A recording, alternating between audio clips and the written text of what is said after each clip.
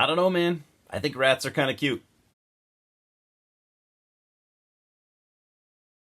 Graveyard Shift was based on the 1970 Stephen King short story of the same name and was directed by Ralph S. Singleton. And Ralph was a really interesting choice since this was his feature length debut and the last thing he ever directed. He was also born in Massachusetts, so that works well for a New England film set. It also probably helped having Peter Stein handling the cinematography, having already worked on films like Friday the 13th Part 2, Chud, and Pet Sematary. The cast also pretty cool, with David Andrews, Kelly Wolf, Stephen Macht, Vic Polizos, Brad fucking Dourif, and the Wishmaster himself, Andrew Divoff. I'm a pretty big Stephen King fan, but I haven't read the original story. Admittedly, I haven't read all of his stuff. I mean, the man's got a pretty large body of work, and I need to get back on it, by the way. Need to catch back up or keep chipping away at that stone. So I know this movie has its fans, and I've always been curious about it. So yeah, it took me, 34 years to check it out. No big deal. And, as a Stephen King fan, I like this movie. Obviously, and notoriously, a lot of, Stephen King's adaptations just don't seem to work, and I never really understood why. I feel like the vibe and atmosphere here work fairly well for the Stephen King universe. The story takes place in Maine, as many of King's stories do, and for me, his stories are best when they're, set somewhere in the New England area. And, look, I've never been to Maine, but man, some of these accents here, I don't know how accurate they are, but these actors are definitely they're just going for it.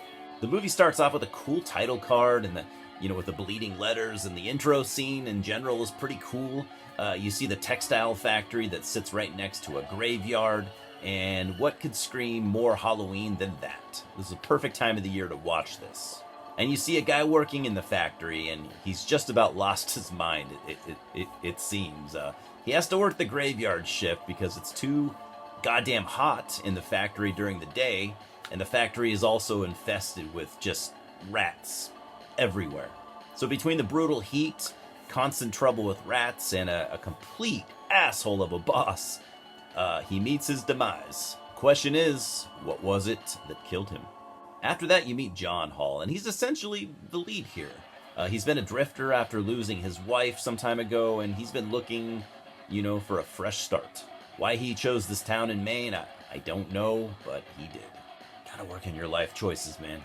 So he applies for the same job at the mill that the guy at the beginning, had until he died. The foreman, Mr. Warwick, gives him the job, and you can tell that he instantly regrets it. The place is filthy, disorganized, and Mr. Warwick is one of the sleaziest characters I think you'll ever see in a movie. He doesn't care about the employees at all, man. He sleeps with pretty much all of the women at the factory, or so it seems. He's just an awful fucking human being. That said, though, we have to give some credit to Stephen Macht for his performance, because you totally hate him, which was exactly the point. The factory is just constantly losing people because it's so hazardous, and instead of doing something about it, they usually just hire new people. Oddly enough, they did hire a small team of exterminators to try and clear out the rats, but there seems to be just a never-ending amount. Oh, and one of the exterminators is played by the almighty Brad fucking Dourif, who I have loved since I saw his X-Files episode as a kid. He gives a classic Brad Dourif performance, which is just perfect, right? That's what you want from him. He gives us a monologue about how he hates rats because of his experiences in the Vietnam War. Was it necessary? Not at all, but it's Brad Dourif and you just go with it. Now, aside from the factory, the town itself isn't much better. It's small.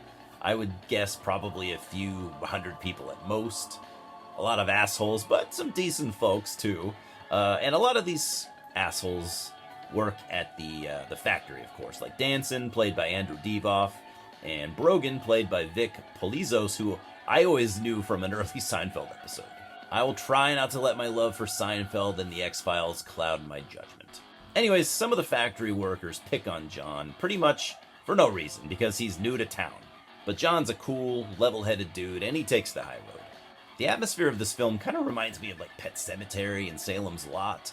which is a compliment. Sure, I mean, maybe it's not as good as those two movies, but it still kind of lines up with those, at least a little bit for me.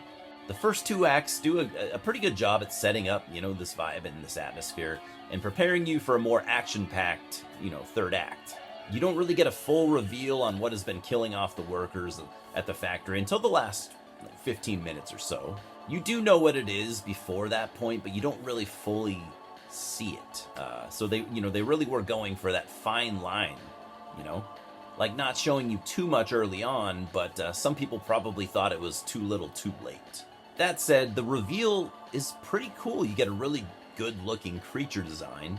And now for the reception of this film. Critics hated it, and they continue to hate it, at least it seems like. And even Stephen King hated it, which is not really out of the ordinary, but still. I mean, it barely made its budget back in theaters, so moviegoers didn't really care much for it either. I'm giving Graveyard Shift a 5.5 out of 10. I like it, and I think it's a little bit unfairly maligned, if I'm being honest. Sure, I mean, it's not great, but it's got decent, memorable characters and some decent blood and gore with very solid practical effects. I'd put it next to, like, Maximum Overdrive, in a way. Cheers, guys.